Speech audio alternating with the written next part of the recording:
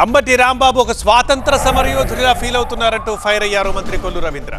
అసలు ఏం సాధించారని ర్యాలీలు చేస్తున్నారని నిలదీశారు. అంబటి ప్రవర్తిస్తున్న తీరుకి ప్రజలే బుద్ధి చెప్తారని అన్నారు ఆయన. ఇంకా ఆయన గురించి చెప్పాలంటే ఆయన ఏదో స్వతంత్ర సమరయోధుల్లాగా పోరాడి స్వతంత్రంలో అరెస్ట్ అయ్యి వచ్చినట్లుగా ఆయన ప్రవర్తన అనిపిస్తుంది. చేసిందేమో ఒక లుచ్చా పని, మాట్లాడిన భాష. ఇవాళ ఏ తల్లిని తిరిగితే ఎవరు ఊరుకుంటారండి? మా తండ్రి లాంటి చంద్రబాబు నాయుడు గారి తల్లిని గురించి మాట్లాడితే ఇవాళ అక్కడ గొడవ జరిగితే మరి అక్కడ ఉన్నటువంటి కేసులు అతను అరెస్ట్ అయ్యి సిగ్గు లేకుండా మళ్ళీ ఇప్పుడు వచ్చి ఏదో చేస్తాం, అది చేస్తాం, ఇది చేస్తాం అని మాట్లాడుతాం. నిజంగా సిగ్గు అనిపించట్లేదు రాంబాబు గారికి. వయసు వచ్చింది మనిషికి.